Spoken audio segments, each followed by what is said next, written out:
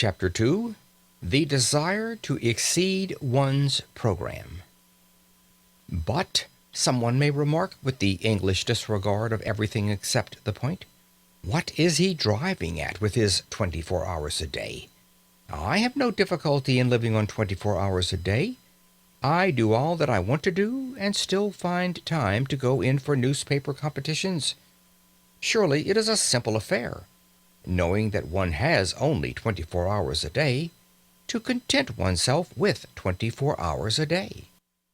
To you, my dear sir, I present my excuses and apologies. You are precisely the man that I have been wishing to meet for about 40 years. Will you kindly send me your name and address, and state your charge for telling me how you do it? Instead of me talking to you, you ought to be talking to me. Please come forward. That you exist, I am convinced, and that I have not yet encountered you is my loss. Meanwhile, until you appear, I will continue to chat with my companions in distress, that innumerable band of souls who are haunted, more or less painfully, by the feeling that the years slip by and slip by and slip by, and that they have not yet been able to get their lives into proper working order. If we analyze that feeling, we shall perceive it to be, primarily, one of uneasiness, of expectation, of looking forward, of aspiration.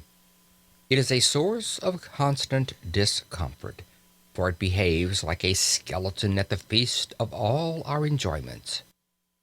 We go to the theater and laugh, but between the acts it raises a skinny finger at us. We rush violently for the last train, and while we are cooling a long age on the platform waiting for the last train, it promenades its bones up and down by our side, and inquires, "O man, what hast thou done with thy youth? What art thou doing with thine age?" You may urge that this feeling of continuous looking forward, of aspiration, is a part of life itself, and inseparable from life itself. True, but there are degrees. A man may desire to go to Mecca.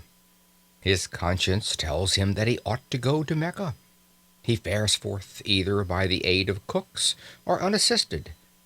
He may probably never reach Mecca. He may drown before he gets to Port Said.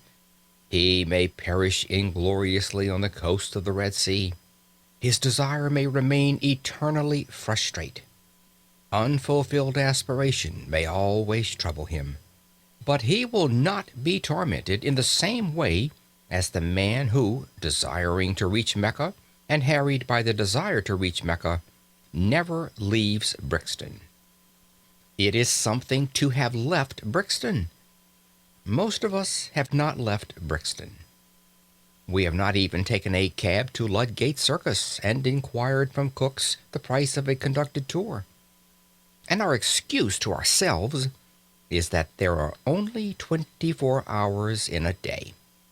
If we further analyze our vague, uneasy aspiration, we shall, I think, see that it springs from a fixed idea that we ought to do something in addition to those things which we are loyally and morally obligated to do. We are obliged by various codes, written and unwritten, to maintain ourselves and our families, if any, in health and comfort, to pay our debts, to save, to increase our prosperity by increasing our efficiency. A task sufficiently difficult, a task which very few of us achieve, a task often beyond our skills, yet if we succeed in it, as we sometimes do, we are not satisfied. The skeleton is still with us. And even when we realize that the task is beyond our skill, that our powers cannot cope with it, we feel that we should be less discontented if we gave to our powers, already overtaxed, something still further to do. And such is indeed the fact.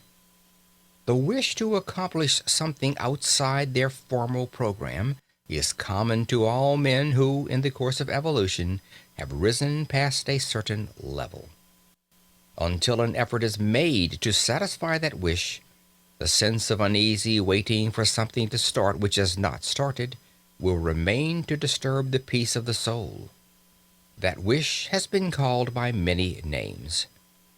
It is one form of the universal desire for knowledge, and it is so strong that men whose whole lives have been given to the systematic acquirement of knowledge have been driven by it to overstep the limits of their program in search of still more knowledge.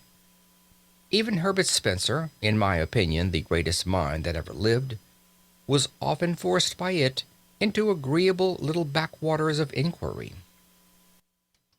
I imagine that in the majority of people who are conscious of the wish to live, that is to say, people who have intellectual curiosity, the aspiration to exceed formal programs takes a literary shape. They would like to embark on a course of reading. Decidedly, the British people are becoming more and more literary. But I would point out that literature by no means comprises the whole field of knowledge, and that the disturbing thirst to improve oneself, to increase one's knowledge, may well be slaked quite apart from literature. With the various ways of slaking I shall deal later. Here I merely point out to those who have no natural sympathy with literature that literature is not the only well. End of chapter 2.